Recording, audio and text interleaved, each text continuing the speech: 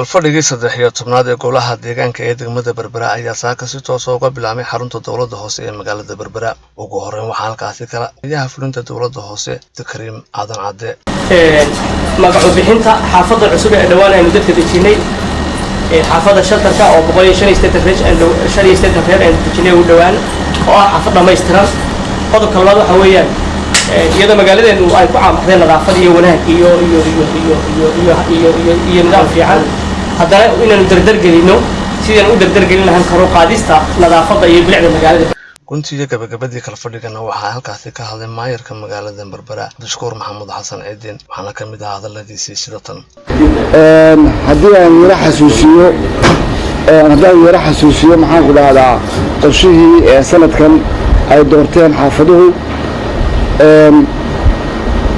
waxaa ka mid ahaa 3 wado ayaa ka mid ahaa 3 wadaba way dhammaystirneen 3 wado waxaa kaloo ila dhammaystirnay laba saldhig oo loogu talagalay iyaguna ay xaaladda nabadgelyo ee xaafadda lagu saleeyay iyaguna ay dadka codsadeen mashaariicdeeda runtii aad iyo aad ay u fara badan tahay wuxuu golahani uu ku shaqeeyaa ama shaqadiisu ay ku fududaataa ay ku fududahay isku xirnaanta iyo watashiga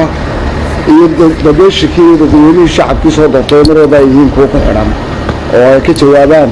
duruufahooda iyo baahiyahooda hadba wixii ay ka awoodaan oo ku salaysan miisaaniyaddooda. waxaan u gudbi doonaa kalfadhigeena qodobada halkaa ku yaaleen ka doodi doonaa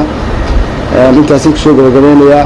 Cabdirashiid Mark Cabdi Telefishinka Caalamiga Somali Cable magaalada Berbera.